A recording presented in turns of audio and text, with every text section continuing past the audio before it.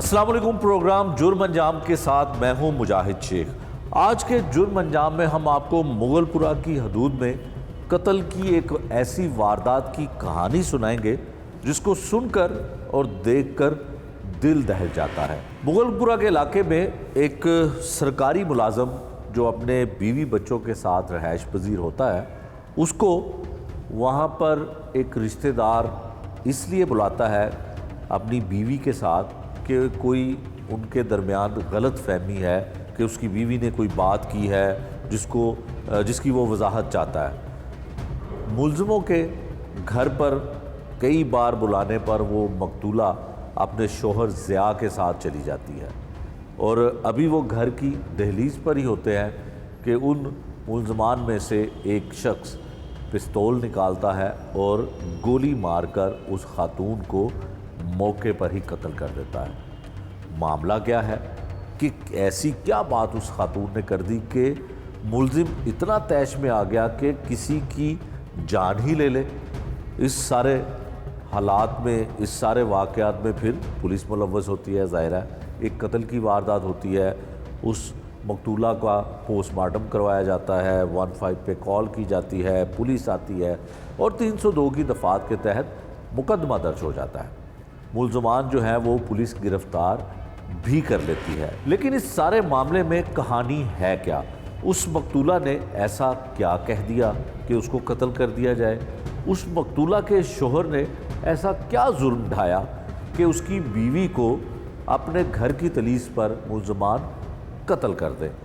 इस पूरे मामले में मोहल्लेदार बहुत ज़्यादा सरापा एहतजाज बने।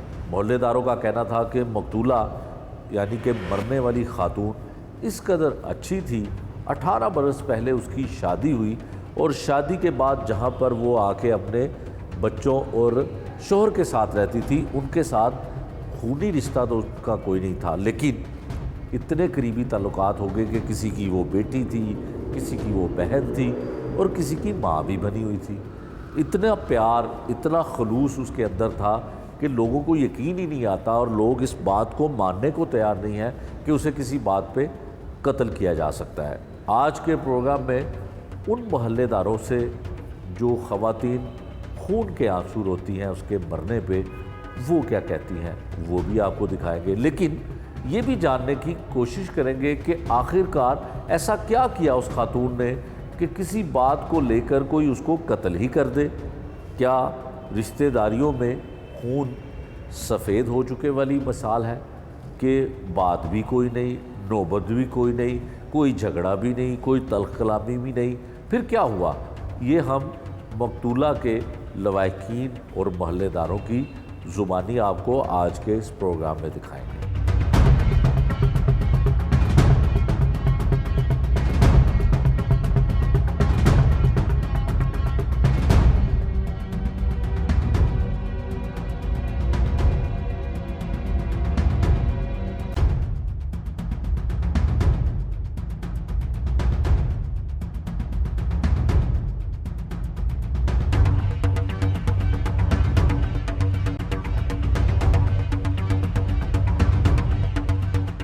थाना मुगलपुरा की हदूद में एक कत्ल की वारदात होती है। एक खातून को एक घर की दहलीज के बाहर कत्ल कर दिया जाता है। फिर उसके मुलज़मान जो हैं वो कौन थे? पुलिस गिरफ़्तार तो उनको कर लेती है, लेकिन वो मुलज़िम थे कौन? इंतहाई करीबी रिश्तेदार भी थे।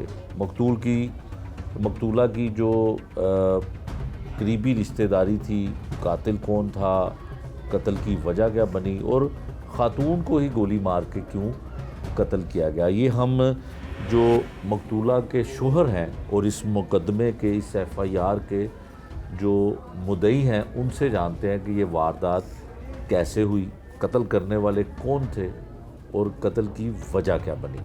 भाई की नाम है तुहाडा? जी मेरा नाम ज़िया अहमद। ज़िया साहब, तुहाडी बीवी नूं कत्ल करता की वजह सी? कत्ल करने वाले कौन सा?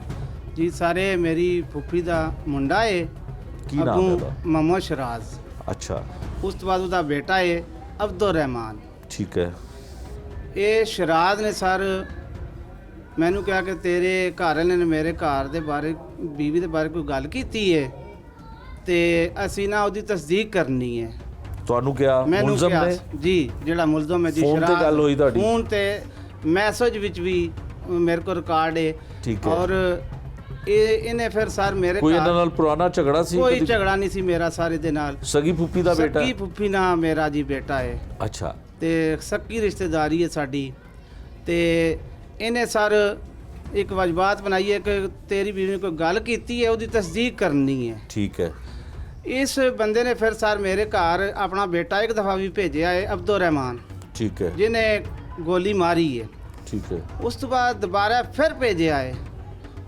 ਤੁਹਾਨੂੰ ਮੈਂ- ਬੁਲਾਉਂਦਾ ਸੀ? ਜੀ, ਮੈਂ ਡਿਊਟੀ ਤਾਂ ਹੋਣਾ ਸਾਂ, ਮੇਰੇ ਘਰ ਆ ਕੇ ਬੱਚਿਆਂ ਨੂੰ ਬਾਹਰ ਤੁਸੀਂ ਆ ਕੇ। ਮੁਲਾਜ਼ਮਤ ਕਿੱਥੇ ਕਰਦੇ ਜੀ, ਹੋ? ਮੈਂ ਸਿਟੀ ਡਿਸਟ੍ਰਿਕਟ ਗਵਰਨਮੈਂਟ ਦਾ ਮੁਲਾਜ਼ਮ ਹਾਂ ਸਰ। ਸਰਕਾਰੀ ਮੁਲਾਜ਼ਮ? ਜੀ, ਗੁਲਬਰਗ ਟਾਊਨ ਸਟਰੀਟ ਲਾਈਟ ਬਣਾਉਣ ਦਾ ਮੇਰਾ ਤਾਲੁਕ ਸੀ। 17 ਸਾਲ ਮੈਂ ਖਿਦਮਤ ਕੀਤੀ ਹੈ ਜੀ ਠੀਕ ਹੈ। ਆਪਣੇ ਸਿਸਟਮ 'ਚ ਜੀ। ਠੀਕ ਹੈ ਜੀ। ਉਸ ਤੋਂ ਬਾਅਦ ਸਰ ਤੀਸਰੀ ਦਫਾ ਫਿਰ ਇਹਦਾ ਮੁੰਡਾ ਆਇਆ ਏ। ਉਹ ਕਹਿ ਕੇ ਗਿਆ ਏ ਮੇਰੇ ਬੇਟੇ ਬੜੇ ਨੂੰ ਕਿ ਆਪਣੀ ਮਾਂ ਨੂੰ ਤੇ ਤੂੰ ਖੁਦ ਤੁਸੀਂ ਆ ਜਾਓ ਦੋਵੇਂ ਤੇ ਗੱਲ ਕਰ ਲਾਂਗੇ। ਠੀਕ ਹੈ। ਉਸ ਤੋਂ ਬਾਅਦ ਸਰ ਇਸ ਬੰਦੇ ਨੇ ਕੀ ਕੀਤਾ, ਉਹ ਫਿਰ ਨਹੀਂ ਗਈ ਮੇਰੇ ਘਰ ਵਾਲੀ, ਨਾ ਮੇਰਾ ਬੱਚਾ ਗਿਆ ਹੈ। ਇਹਨੇ ਫਿਰ ਮੇਰੇ ਬੜੇ ਭਾਈ ਨੂੰ ਫੋਨ ਕੀਤਾ ਏ। ਮੇਰੇ ਤੋਂ ਬੜਾ ਜਿਹੜਾ ਭਾਈ ਏ ਉਹ ਪਿੱਛੇ ਰਹਿੰਦਾ ਏ। ਠੀਕ। ਉਹਨੂੰ ਫੋਨ ਕਰਕੇ ਇਹਨੇ ਕਿਹਾ ਕਿ ਮੈਂ ਤੇਰੇ ਭਰਾ ਨੂੰ ਤੇ ਉਹ ਭਰਜਾਈ ਨੂੰ ਬੁਲਾ ਰਿਹਾ, ਉਹ ਮੇਰੀ ਗੱਲ ਸੁਣਨ ਆ ਨਹੀਂ ਰਹੇ। ਠੀਕ। ਉਸ ਤੋਂ ਬਾਅਦ ਫਿਰ ਇਹਨੇ ਮੇਰਾ ਸਾਲਾ ਪਿੰਡੀ ਹੁੰਦਾ ਇਹਦਾ ਜਿਹੜਾ ਮੇਰੀ ਬੀਵੀ ਉਹਦਾ ਭਾਈ, ਉਹਨੂੰ ਫੋਨ ਕੀਤਾ ਏ ਕਿ ਯਾਰੋ ਮੇਰੀ ਗੱਲ ਨਹੀਂ ਸੁਣਨ ਆਉਂਦੇ ਤੇ ਉਹਨਾਂ ਨੂੰ ਮੈਂ ਬੁਲਾਉਂਦਾ, ਉਹਨਾਂ ਨੂੰ ਮੈਂ ਕਹਿੰਦਾ ਤਸਦੀਕ ਕਰਾ ਜੋ, ਉਹ ਆ ਨਹੀਂ ਰਹੇ। ਉਹਨੇ ਕਿਹਾ ਜੀ ਤੁਸੀਂ ਜਾਣੋ ਤਾਂ ਤੁਹਾਡਾ ਕੰਮ ਜਾਣਾ ਹੈ, ਮੈਂ ਨਹੀਂ ਇਸ ਮਾਮਲੇ ਵਿੱਚ ਪੈ ਸਕਦਾ। ਠੀਕ ਹੈ। ਉਸ ਤੋਂ ਬਾਅਦ ਸਰ ਫਿਰ ਇਹਨੇ ਮੈਨੂੰ ਮੈਸੇਜ ਕੀਤਾ ਹੈ, ਉਹ ਮੇਰੇ ਕੋਲ ਰਿਕਾਰਡ ਵਿੱਚ ਮੌਜੂਦ ਹੈ ਮੋਬਾਈਲ 'ਚ। ਉਸ ਤੋਂ ਬਾਅਦ ਸਰ ਫਿਰ ਮੈਂ ਇਤਵਾਰ ਵਾਲੇ ਦਿਨ ਮੈਂ ਬਰਕਤ ਮਾਰਕੀਟ ਬੈਠੇ ਅਸਾਂ, ਮੇਰੇ ਕੋਲ ਉੱਥੇ ਗਵਾਹ ਹੈ ਮੌਜੂਦ ਹੈ। ਉਹ ਫੁੱਲਾਂ ਵਾਲਾ ਬੰਦਾ ਹੈ, ਉਹਦੀ ਦੁਕਾਨ ਬੈਠਿਆ, ਮੈਂ ਦੁਕਾਨ ਤੇ ਚਾਹ ਪੀ ਰਿਹਾ ਸੀ। ਇਹਦਾ ਫੋਨ ਗਿਆ ਹੈ, ਮੈਂ ਚੁੱਕ ਨਾ ਸਕਿਆ। ਮੈਂ ਦੁਬਾਰਾ ਇਹ ਨੰਬਰ ਸੇਫ ਨਹੀਂ ਸੀ ਜਿਸ ਨੰਬਰ ਤੋਂ ਇਹਨੇ ਫੋਨ ਕੀਤਾ। ਠੀਕ। ਮੈਂ ਫਿਰ ਦੁਬਾਰਾ ਉਸੇ ਕਾਲ ਤੇ ਮੈਂ ਫੋਨ ਕੀਤਾ ਇਹਨੂੰ, ਤੇ ਮੈਨੂੰ ਇਹ ਕਹਿ ਰਿਹਾ ਸ਼ਰਾਦ ਕਿ ਇਹ ਤੇਰਾ ਹੀ ਨੰਬਰ ਹੈ। ਮੈਂ ਕਿਹਾ ਜੀ ਮੇਰਾ ਹੀ ਨੰਬਰ ਹੈ। ਮੈਨੂੰ ਕਹਿੰਦਾ ਕਿ ਮੈਂ ਤੇਰੇ ਰਿਸ਼ਤੇਦਾਰਾਂ ਦੇ ਘਰ ਸ਼ਹੀਦ ਸਾਹਿਬ ਨੂੰ ਉੱਥੇ ਮੌਜੂਦ ਨੋ, ਉਹਨਾਂ ਦੇ ਘਰ ਬੈਠੇ ਆ ਤੇ ਤੂੰ ਤੇ ਆਪਣੀ ਬੀਵੀ ਆ ਜਾਓ, ਇੱਥੇ ਉਸ ਗੱਲ ਨਾਲ ਫੈਸਲਾ ਕਰਨਾ ਹੈ। ਠੀਕ ਹੈ। ਮੈਂ ਕਿਹਾ ਜੀ ਉਹ ਗੱਲ ਕੀ ਸੀ, ਤੁਸੀਂ ਪਤਾ ਉਹ ਮੈਂ ਕਰੋ। ਤੁਹਾਨੂੰ ਮੈਸੇਜ ਸੁਣਾਵਾਂਗਾ। ਇਸ ਗੱਲ ਨਹੀਂ ਵਜਬਾਤ ਬਣਾਈ ਕਿ ਮੇਰੀ ਬੀਵੀ ਨੇ ਬਾਰੇ 'ਚ ਕੋਈ ਗੱਲਾਂ ਕੀਤੀਆਂ ਨੇ, ਉਹਦੀ ਤਸਦੀਕ ਕਰਨੀ ਹੈ, ਤੁਸੀਂ ਇੱਥੇ ਆ ਜਾਓ। ਠੀਕ। ਉਸ ਤੋਂ ਬਾਅਦ ਸਾਰੇ ਮੈਂ ਉਹਨੂੰ ਕਿਹਾ ਹੈ, ਮੈਂ ਕਿਹਾ ਯਾਰ ਕੋਈ ਇਤਨੇ ਮਸਲਾ ਮਸਾਇਲ ਨਹੀਂ ਹੈ ਕਿ ਜਿਹੜਾ ਤੂੰ ਇਸ ਚੀਜ਼ ਕੀ ਇਸ਼ੂ ਬਣਾ ਰਹੇ।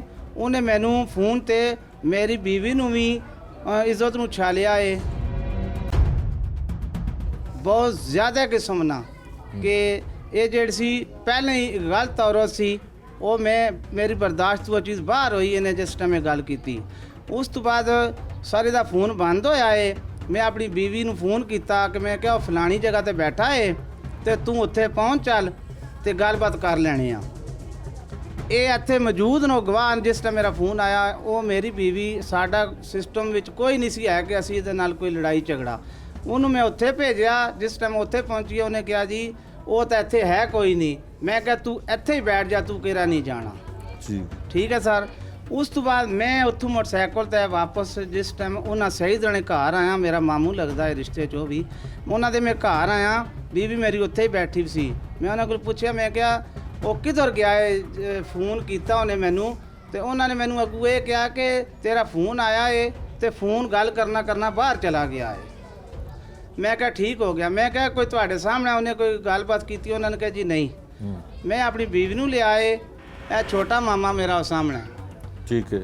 ਇਹਨੇ ਮੈਨੂੰ ਕਿਹਾ ਤੂੰ ਸਿੱਧਾ ਸਾਡੇ ਘਰ ਆ ਜਾਈਂ। ਇੱਕ ਮੇਰਾ ਮਾਮੂ ਬਾਹਰ ਹੈ, ਉਹਨੇ ਕਿਹਾ ਤੂੰ ਸਿੱਧਾ ਉੱਥੇ ਹੀ ਜਾਣਾ ਹੈ। ਮੈਂ ਕਿਹਾ ਜੀ ਠੀਕ ਹੋ ਗਿਆ। ਜਿਸ ਟਾਈਮ ਇਹਦੇ ਕੋਲ ਗਿਆ, ਇਹਨੂੰ ਮੈਂ ਕਿਹਾ ਯਾਰ ਉਹਨਾਂ ਦੇ ਘਰ ਚਲਾ ਜਾ ਤੇ ਜਿਹੜੀ ਸੂਰਤ ਹਾਲ ਹੈ ਤੂੰ ਪੁੱਛ ਗਿਆ ਕੀ ਮਸਲਾ ਹੈ। ਰੋਜ਼ ਸਾਨੂੰ ਤੰਗ ਕਰਨੇ, ਫੋਨ ਕਰਕੇ ਬੁਲਾਉਂਦੇ, ਕੋਈ ਇਸ਼ੂ ਹੈ ਤਾਂ ਉਹ ਦੱਸ ਯਾਰ ਤੇ ਇਹਦਾ ਹੱਲ ਕੱਢ ਲਈਏ। ਇਹਨੂੰ ਭੇਜਿਆ ਏ। ਇਹ ਜਨਾਬ ਉੱਥੇ ਮੌਕੇ ਤੇ ਗਿਆ ਏ। ਇਹਨੇ ਕਿਹਾ ਜੀ ਉਹ ਆਪਣੇ ਅੱਜ ਤੋਂ ਬਾਹਰ ਹੋ ਗਏ, ਉਹ ਮੇਰੀ ਗੱਲ ਤੱਕ ਕੋਈ ਤਵੱਜੋ ਨਹੀਂ ਦੇ ਰਹੇ। ਜਿਸ ਟਾਈਮ ਇਹਨੇ ਇਹ ਫੋਨ ਕੀਤਾ ਹੈ ਸਰ ਮੈਨੂੰ, ਮੈਂ ਇਹਦੀ ਭੈਣ ਹੈ ਬਾਹਰ ਇੰਗਲੈਂਡ ਹੈ, ਉਹਨੂੰ ਫਿਰ ਮੈਂ ਕਿਹਾ ਇਹ ਫੋਨ ਤਾਂ ਮੈਨੂੰ ਬਹੁਤ ਡਿਸਟਰਬ ਕਰ ਰਿਹਾ, ਇਹਨੂੰ ਸਮਝਾਓ ਤੁਸੀਂ ਕਿ ਇਹ ਮੇਰੇ ਵੀ ਛੋਟੇ ਛੋਟੇ ਬੱਚੇ ਨੇ, ਇਹਦੇ ਵੀ ਅੱਗੋਂ ਕਿਰਾ ਆਮਣ ਸਾਹਮਣਾ ਹੋ ਗਿਆ ਤੇ ਕੋਈ ਮਸਲਾ ਬਣ ਜਾਏਗਾ। ਭੈਣ ਹੀ ਦੀ ਨੇ ਮੈਨੂੰ ਕਿਹਾ ਕਿ ਇਹ ਸਾਡੇ ਤੋਂ ਅਵਰ ਹੋ ਗਿਆ ਏ, ਤੁਸੀਂ ਜਾਣੋ ਤੇ ਇਹ ਜਾਣੇ ਸਾਡਾ ਕੋਈ ਇਸ ਵਿੱਚ ਅਸੀਂ ਚੀਜ਼ ਸ਼ਾਮਲ ਨਹੀਂ ਹੈ। ਠੀਕ। ਇਹ ਜਿਸ ਟਾਈਮ ਵਾਪਸ ਆਇਆ ਸਰ, ਇਹਨੇ ਕਿਹਾ ਜੀ ਉਹ ਮੇਰੇ ਤੋਂ ਕੰਮ, ਮੈਂ ਕਿਹਾ ਫਿਰ ਅਸੀਂ ਇੰਜ ਕਰਨੇ ਆ, ਮੀਆਂ ਬੀਬੀ ਦੋਏ ਜਾਣੇ ਆ, ਬਾਹਰ ਗਲੀ 'ਚ ਖਲੋਵਾਂਗੇ, ਉਹਨਾਂ ਨੂੰ ਬਾਹਰ ਬੁਲਾ ਲਓ, ਜਿਹੜੀ ਗੱਲਬਾਤ ਨੇ ਸਾਡੇ ਨਾਲ ਕਰ ਲੈਣ। ਠੀਕ। ਸਰ ਅਸੀਂ ਗਲੀ ਵਿੱਚ ਜਿਸ ਟਾਈਮ ਪਹੁੰਚੇ ਆ, ਇਹਨੂੰ ਭੇਜਿਆ, ਮੈਂ ਕਿਹਾ ਜਾ ਕੇ ਉਹਨੂੰ ਅੰਦਰੋਂ ਬੁਲਾ ਲਿਆ ਬਾਹਰ। ਉਹ ਪਹਿਲੇ ਹੀ ਤਿਆਰ ਬੈਠੇ ਵੀ ਸੁਣੋ ਦਰਵਾਜ਼ੇ ਨਾਲ ਪਿਛਲੇ ਪਾਸੇ ਛੁਪ ਕੇ ਦੋਏ ਪਿਓ ਪੁੱਤਰ ਇਕੱਠੇ।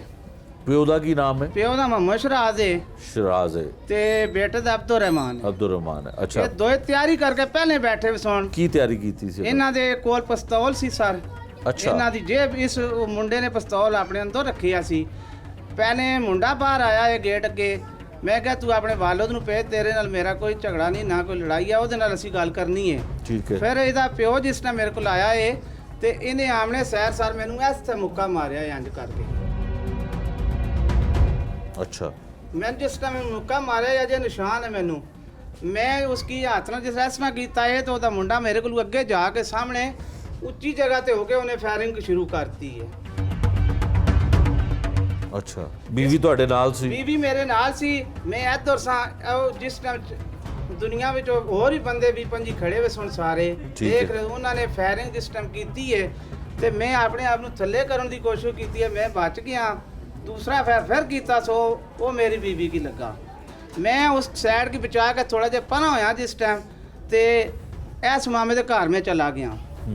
मैनू जिस तरह मैं अंदर गया वो शराद मेरे पिछे ही गया, मैनू पिछू मारना रहा, कोशिश करना रहा, फड़ने नहीं, मैं उसने कंट्रोल च ना आया।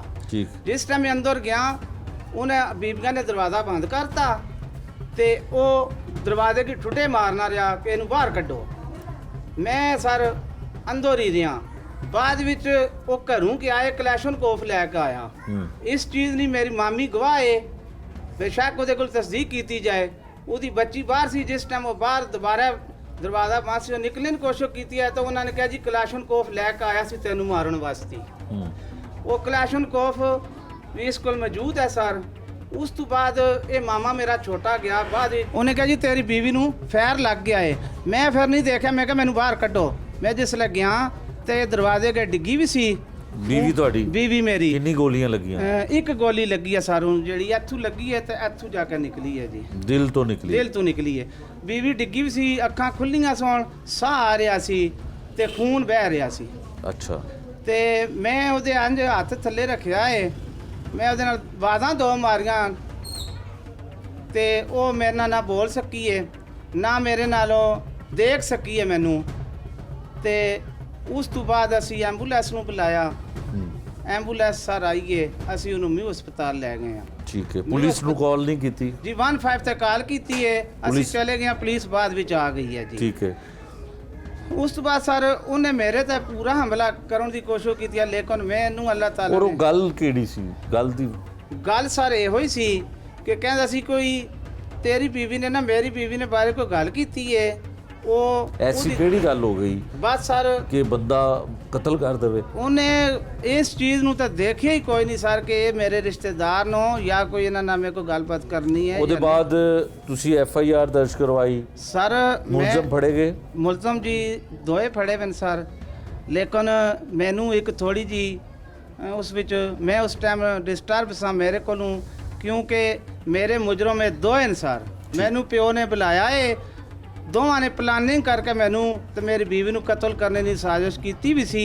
ਲਿਹਾਜ਼ਾ ਜਿਹੜੀ ਇਸ FIR ਵਿੱਚ 302/34 ਹੈ ਨਾ ਸਰ, ਇਹ 302/27 ਹੋਏ, ਕਿਉਂਕਿ ਇਹ ਦੋਏ ਸ਼ਾਮਲ ਨਾ ਮੇਰੇ ਦੋਏ ਮੁਜਰਮ, ਕਿਉਂਕਿ ਮੈਨੂੰ ਖਤਰਾ ਹੈ ਸਰ ਆਪਣੀ ਜਾਨ ਤੇ।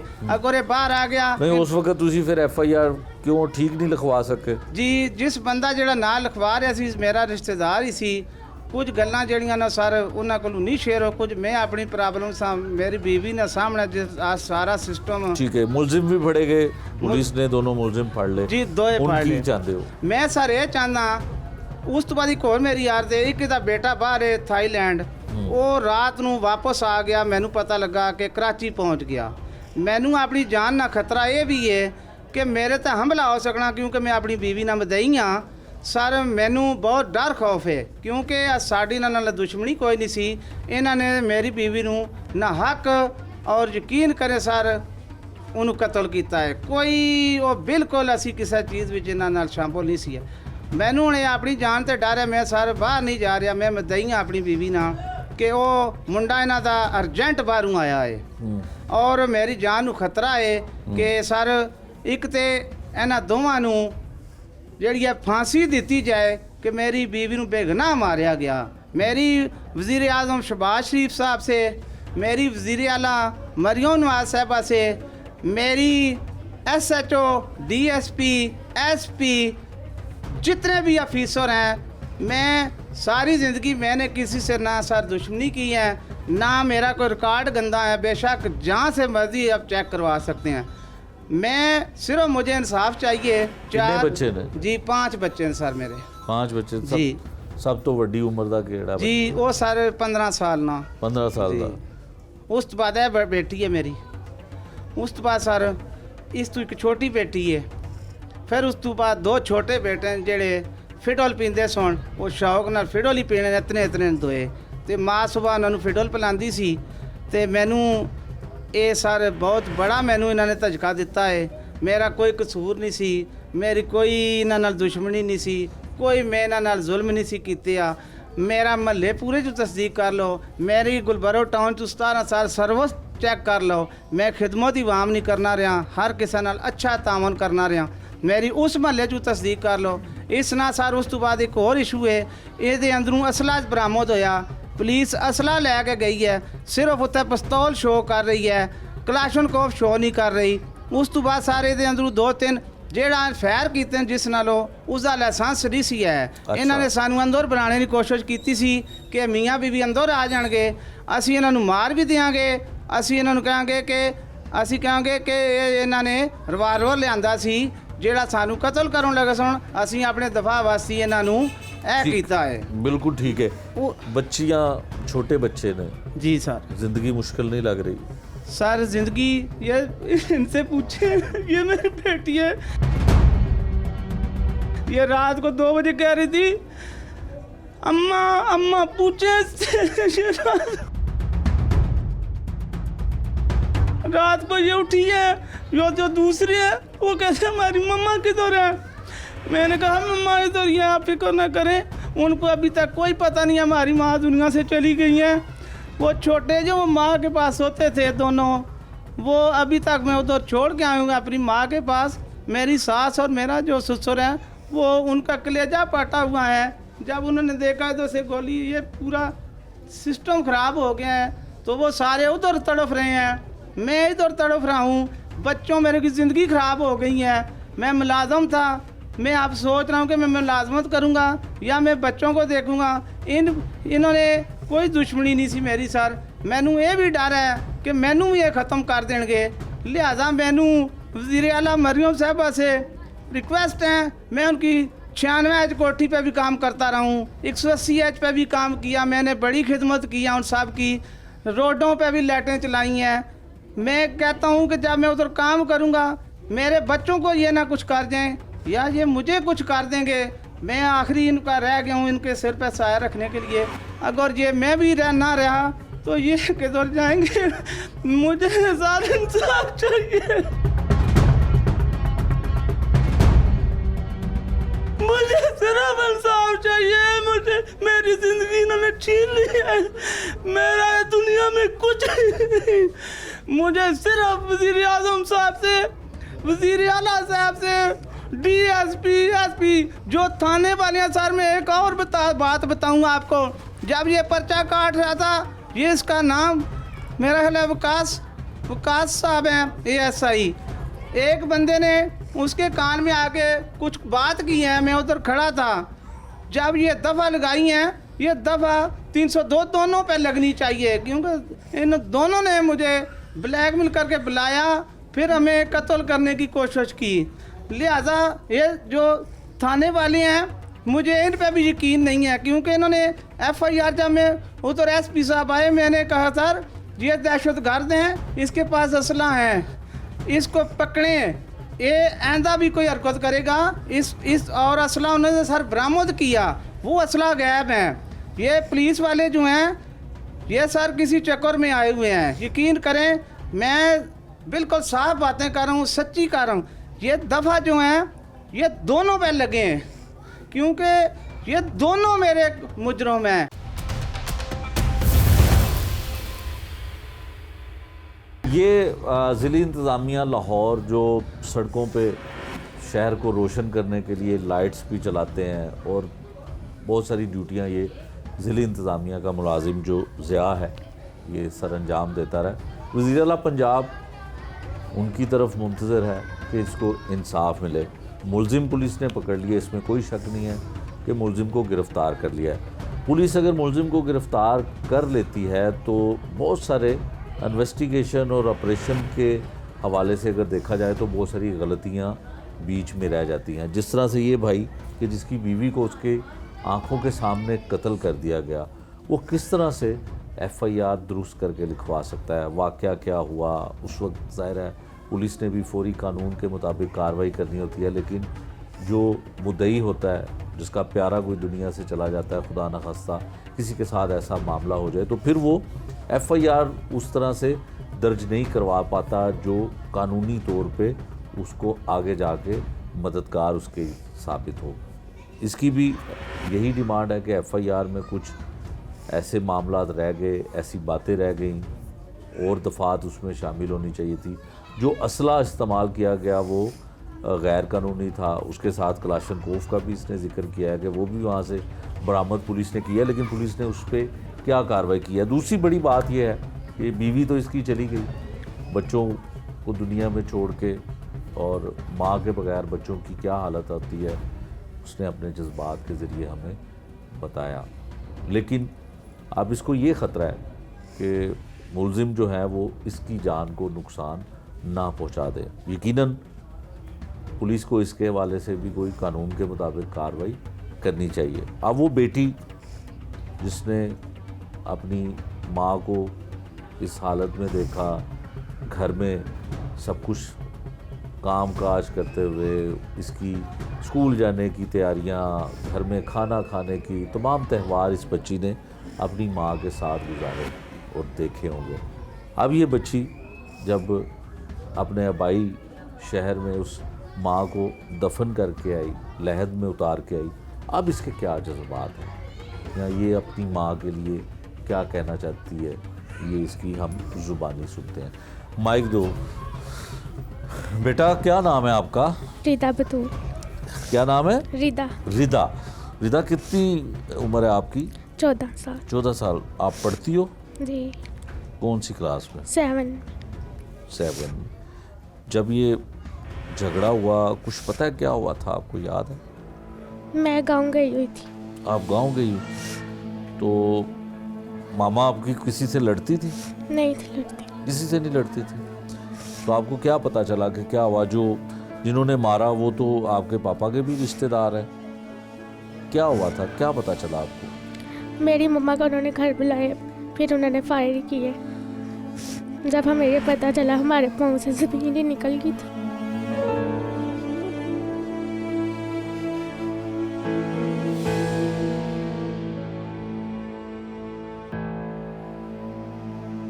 आपके साथ बहुत प्यार था मामा का। कुछ कहना चाहती है? क्या होना चाहिए? मेरी माँ को इंसाफ मिलना चाहिए।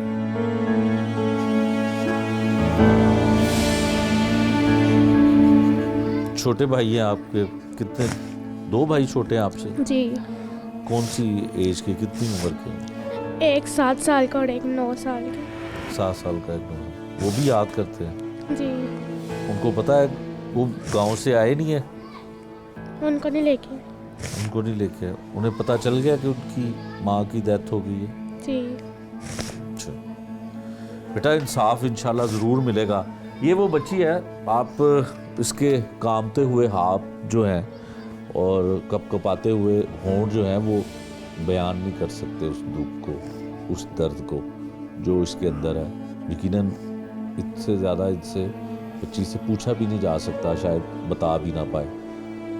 जिन्होंने जालिमों ने ये जुल्म किया, किसी की माँ छीन ली, किसी की बीवी छीन ली, यकीनन किसी की वो बहन भी और बेटी भी होगी। जुल्म किया, ना कोई अदावत थी, ना कोई झगड़ा था, और इतना बड़ा अमल उन्होंने किया। और यकीनन पुलिस जो है इसके ऊपर यकीनन कार्रवाई करेगी, इनको करार वाकई सज़ा भी जो है वो दिलवाई जाएगी। अगर कोई कानूनी तौर पर ऐसी पेचीदगियाँ रह गई हैं तो हम उम्मीद करते हैं कि इन्वेस्टिगेशन विंग जो है उसको भी दुरुस्त करेगा, और जो मुलज़िमों ने जुल्म ढाया, जिन्होंने ये जुल्म किया, ये जबर किया, उसकी उनको सज़ा ज़रूर मिले।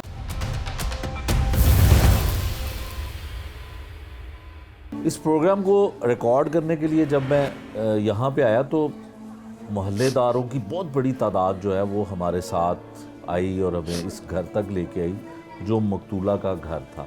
इस घर में वो रहती थी और इर्द गिर्द की ख़वातीन बहुत ज़्यादा इसरार कर रही थी कि हम भी कुछ उसके मुतल्लिक कहना चाहती हैं ये।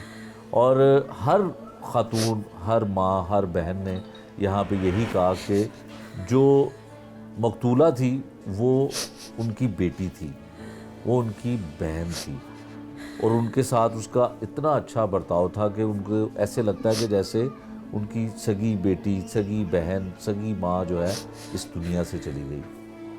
मोहल्लेदार हैं, 2 ख़वातीन हमारे साथ बैठी हैं, इनसे जानते हैं कि ऐसी कौन सी बात वो ख़ातून ने कर दी होगी जिसके रंज में, जिसके गुस्से में जो है उसको कत्ल कर दिया गया।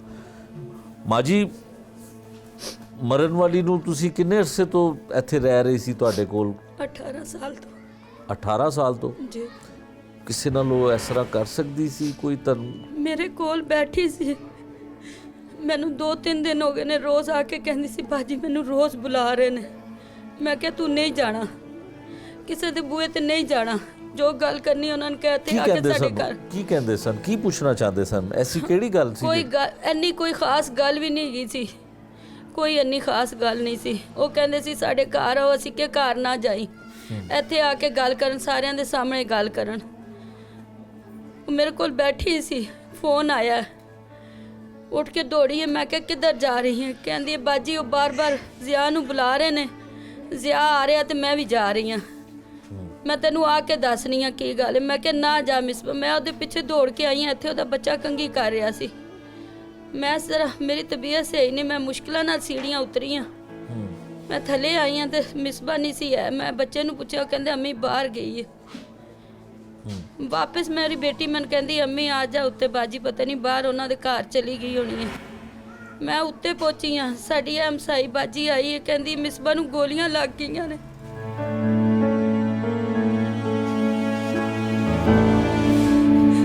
ਅਸੀਂ ਫਿਰ ਦੋਵੇਂ ਦੌੜ ਕੇ ਗਈਆਂ ਤੇ ਉਹਨੂੰ ਸਾਡੇ ਪਤਾ ਹੁੰਦੇ ਐਂਬੂਲੈਂਸ 'ਚ ਪਾ ਕੇ ਲੈ।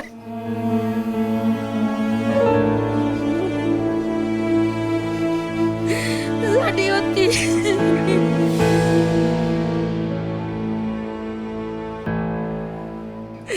ਸਾਡੇ ਬੂਹੇ ਦੇ ਬੂਆ ਸੀ, ਅਸੀਂ 18 ਸਾਲ ਤੋਂ ਉਹਨੂੰ ਆਪਣੀ ਧੀ ਬਣਾਇਆ। ਮੇਰੀਆਂ 5 ਧੀਆਂ ਨੇ, ਮੈਂ ਕਹਿ ਰਹੀ ਸੱਚੀ ਵੀ ਉਹ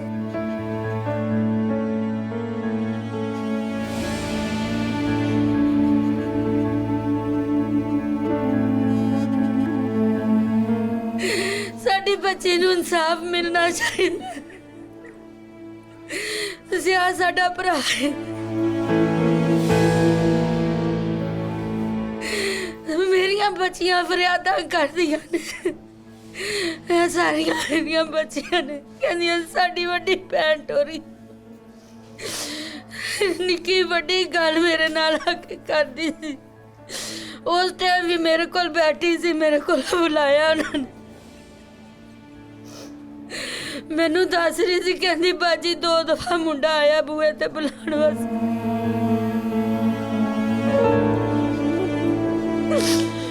कहते ज़िया नहीं आ रहा था, तू मुंडे से नाल आ जा। मैं क्या ना जाई, कली ना जाई। उस टाइम 20 मिनटा के अंदर अंदर मर गई।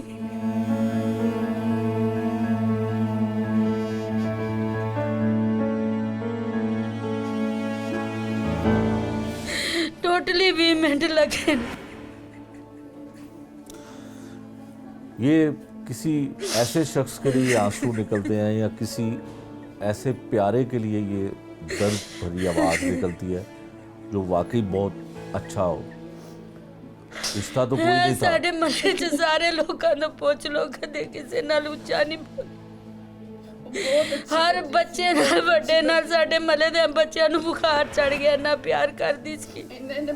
मेरी बच्ची अपनी मंजी ते पई है, ਉਹਦੇ ਨਾਲ ਇੰਨਾ ਪਿਆਰ ਸੀ। ਉਹ ਕਰਾਚੀ ਗਈ ਸੀ, ਉੱਥੋਂ ਆਈ ਹੈ ਕਿ ਸਾਡੀ ਭੈਣ ਮਰ ਗਈ ਹੈ। ਉਹਨੇ ਉਹਦਾ ਮੂੰਹ ਨਹੀਂ ਦੇਖ ਸਕਿਆ, ਰੋ ਰੋ ਕੇ ਬਿਮਾਰ ਹੋ ਗਈ।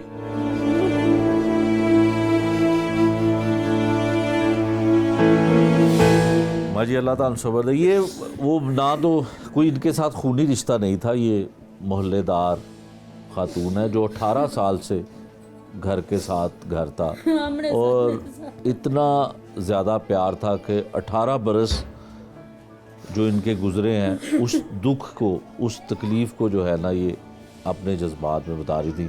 एक और ख़ातून है जो ये भी मोहल्लेदार हैं जिन्होंने इन बुज़ुर्ग ख़ातून को इतला दी कि मकतूला को गोलियां मार के कत्ल कर दिया गया है।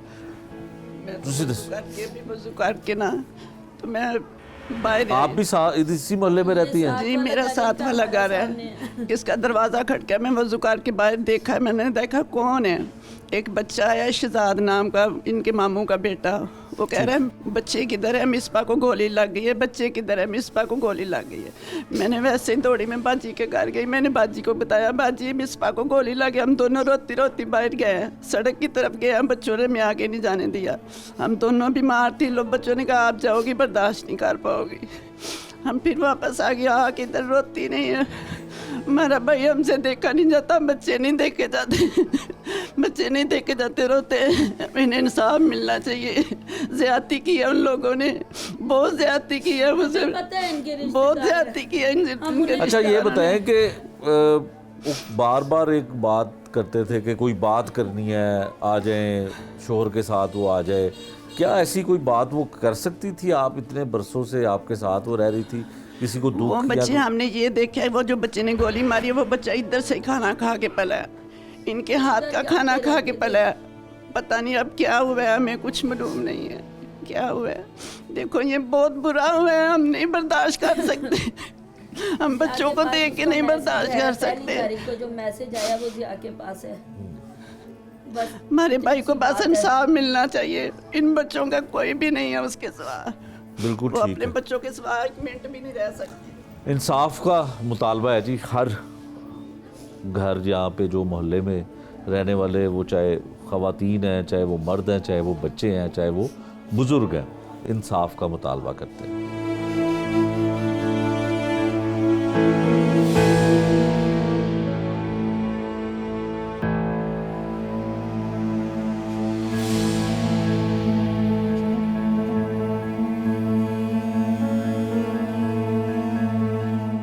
अब हम मरने वाली खातून के जो इर्द गिर्द में रहने वाले पड़ोसी हैं, जो माँ जाए होते हैं, वो उस खातून के बारे में क्या कहते हैं, ये आपको उनकी ज़ुबानी सुनाते हैं। और किस तरह से बहुत छोटी उम्र के लोग, छोटी उम्र की बच्चियाँ उस मरने वाली पड़ोसन के बारे में क्या ख्यालात रखते हैं। अच्छे ख्यालात तो वो रखते ही हैं, लेकिन बहुत कम ऐसा देखने में आता है कि किसी के साथ कोई खूनी रिश्ता भी ना हो तो इंसानियत के नाते उसके अच्छे किरदार की वजह से लोग उसके चले जाने के बाद आंसू बहाते हैं। आंसू बहाते हुए वो बच्चियाँ, मोहल्लेदार बच्चियाँ क्या कहती हैं, ये उनकी ज़ुबानी से। सर ये जो मर्डर हुआ है बेसिकली ये यहाँ पे हमारे पास बाजी रहती थी। इनको 18-20 साल यहाँ पे रहते हुए हो गया मैं। इनका किसी से कोई ज़ाती रंजिश, कोई दुश्मनी, कोई चीज़ नहीं थी। यहाँ पे मोहल्ले के साथ इन्होंने एक ऐसा ताउन रखा हुआ था कि एक बहन भाई और बेटी वाला एक रिश्ता उन्होंने यहाँ बनाया हुआ था। हुआ ऐसा कि संडे वाले दिन हम लोग अपने अपने मतलब बिज़ी थे, ऑफ था उस दिन कामों में, तो हमें फ़ोन आया पीछे से कि जी मिसबा बाजी को ना गोली लग गई है। तो उस टाइम पहले हमें यकीन नहीं हुआ, हमने कहा शायद ऐसी कोई बात है, क्योंकि इनके तो ना किसी से कोई दुश्मनी है, ना कोई लेन देन का तनाज़ा, ना कोई जायदाद का, ऐसा कुछ भी नहीं था। हमने पहले यकीन नहीं किया, लेकिन जब दोबारा 2-3 फ़ोन और आए तो फिर हम जब भागे भागे मौके पे पहुंचे तो उनसे पहले ही वो हमसे उनकी मैयत को मतलब यहाँ से ले गए थे, उनकी जो थे 1122 वाले। जब हम हॉस्पिटल पहुँचे उनकी वहाँ जाके डेथ हो गई हुई थी। उसके बाद जब हम यहाँ पे पहुँचे हैं तो वापस जब यहाँ पे आए हैं, उसके बाद जब उनकी मैयत को यहाँ लेके इनके घर के बाहर पुलिस भी आई हुई थी, सारा उन्होंने अपने इंचार्ज जो भी कानूनी कार्रवाई थी मुकम्मल की। लेकिन 2-4 चीज़ें हैं कि आपको पता होता है कि जब किसी घर फौतगी होती है, जब किसी का अपना अजीज़ जाता है, उस टाइम वो अपनी कंडीशन में नहीं होता। पुलिस मौके पे तो आई है, वो मुजरिम भी उन्होंने पकड़ लिया, बाप बेटा दोनों पकड़ लिए। बाप बेटा दोनों इस साजिश में मुकम्मल मुलविस हैं 302 में, ठीक है। बाप ने बुलाया और बेटे ने फायरिंग की। बाप ने बाकायदा उससे कहा कि तू गोली चला, मैं देख लूँगा जो भी होगा, ठीक है। दोनों ने मुकम्मल मिलके फायरिंग की उसके ऊपर। तो उसके बाद ये बात है कि जो हमारे पास FIR जो हमें मिली है, क्योंकि हम नहीं थे अपने इसने कंट्रोल में, तो उसमें हम देख रहे हैं कि बहुत ज़्यादा चीज़ें जो सामान है चेंज करने वाली हैं। उसमें बेटे के ऊपर 302 है। आप अगर इसको देखेंगे क्लोजली तो इसमें जो उसके बाद बरामदगी हुई है वो नहीं दिखाई गई। उसके घर से उसके बाद मज़ीद असला बरामद हुआ है, वो भी नहीं दिखाया गया। 302 में इस वक्त सिर्फ अगर मुलजिम देखा जाए सिर्फ उसके बेटे का दिखाया गया, उसका बाप का नहीं दिखाया गया। लिहाजा ये जो जनाब ज़िया भाई हैं यहाँ पे भी वापस आए हैं, इनकी भी जान को ख़तरा है। इनका बेसिकली टारगेट ही ये थे। जब ये नहीं मिले उन्होंने उनको बोला कि आप अपने बेटे को ले आओ, बेटा भी नहीं गया। जब उनको दोनों काबू में आए तो उन्होंने माँ पे फायरिंग कर दी। उनका तो अभी टारगेट पूरा नहीं हुआ। तो लिहाजा हमारी यही मतलब पुरजोर अपील है जो चीफ मिनिस्टर ऑफ पंजाब है मरीम नवाज़ साहिबा, चीफ प्राइम मिनिस्टर पाकिस्तान वज़ीर शहबाज शरीफ साहब, मोहसिन नकवी साहब, इन सब से हमारी की अर्ज़ा है कि इनको कुछ भी नहीं चाहिए, सिर्फ इंसाफ चाहिए कि इंसाफ मिले, और हमें कुछ भी नहीं चाहिए इसके बदले। हमसे इतना प्यार करती थी, कभी मोहल्ले में कभी किसी के साथ लड़ाई नहीं की। उसको गलत तरीके से मारा गया। अल्लाह मौत देता है, वो हक है, वो आनी है, लेकिन उन्होंने बेकसूर मारा बाजी को बेकसूर मारा। हमें इंसाफ चाहिए। मिस्टर बाजी जो हैं ये हमारी बड़ी बहन है। ये 18-20 साल से हमारे घर के सामने रह रही हैं और हम इनके हाथों में पले हैं, ठीक है। हमारी बाजी के साथ बहुत ज़्यादती हुई है, तो हमें इंसाफ चाहिए। बस हमें हर तरीके से इंसाफ चाहिए। हमें DIG ऑपरेशन IG पंजाब हमारी रिक्वेस्ट है कि हमें इंसाफ चाहिए, हमारे भाई को इंसाफ चाहिए, जो मर्ज़ी हो जाए हमें इंसाफ चाहिए। बस बहुत शुक्रिया। ਭੈਣ ਸੀ ਵੱਡੀ, ਸਾਨੂੰ 20-25 ਸਾਲ ਹੋ ਗਏ ਇਹਨਾਂ ਦੇ ਨਾਲ ਰਹਿਣ। ਸਾਡੇ ਨਾਲ ਕੋਈ ਉਹਨਾਂ ਨੇ ਨਾ ਚੰਗੀ ਨਾ ਮਾੜੀ, ਇੰਝ ਸੀ ਸਾਡੀ ਆਪਣੀ ਭੈਣ ਹੈ, ਸਕਿਆਂ ਨਾਲ ਵੱਧ ਸੀ। ਕਿਸੇ ਨਾਲ ਨਾ ਚੰਗੀ ਨਾ ਮਾੜੀ, ਬਹੁਤ ਅੱਛੇ ਸੀ। ਉਹਨਾਂ ਨਾਲ ਜਾਸਤੀ ਹੋਈ ਹੈ, ਸਾਨੂੰ ਇਨਸਾਫ ਚਾਹੀਦਾ ਹੈ। ਸਾਡੇ ਭਾਈ ਨਾਲ ਬਹੁਤ ਜਾਸਤੀ ਹੋਈ ਹੈ, ਬੱਚਿਆਂ ਨਾਲ ਜਾਸਤੀ ਹੋਈ ਹੈ, ਸਾਨੂੰ ਇਨਸਾਫ ਚਾਹੀਦਾ। ਬਸ ਸਾਨੂੰ ਹੋਰ ਕੁਝ ਨਹੀਂ ਚਾਹੀਦਾ। ਉਹ ਜਿਵੇਂ ਸਾਡੀ ਭੈਣ ਗਈ ਉਵੇਂ ਸਾਡੇ ਉਹ ਮਗਰ ਜਾਣੇ ਚਾਹੀਦੇ ਨੇ। आज के प्रोग्राम में हमने आपको दिखाया कि किस तरह से जब किसी की माँ चली जाती है, जब किसी की बीवी चली जाती है, और जब बहुत ही अच्छी पड़ोसन चली जाती है तो उसके बारे में लोग क्या कहते हैं। आज के प्रोग्राम में हमने मकतूला के शोहर की बातें भी आपको दिखाई, जो पुलिस से गिला शिकवा करते हुए दिखाई देता है। यकीनन पुलिस ने मुलजमान को गिरफ्तार कर लिया है और जो भी मुलजिम इस कत्ल में मुलविस है, पुलिस उसको यकीनी तौर पर सज़ा दिलवाने की कोशिश करेगी। जिन बातों पर, जिस मसले के हल के लिए उस शख्स ने आला हुकाम से अपील की है, वो इस पर नज़र ज़रूर डालेंगे। ये था आज का जुर्म अंजाम। नए प्रोग्राम तक के लिए मुझे दीजिए इजाज़त। अल्लाह निगहबान।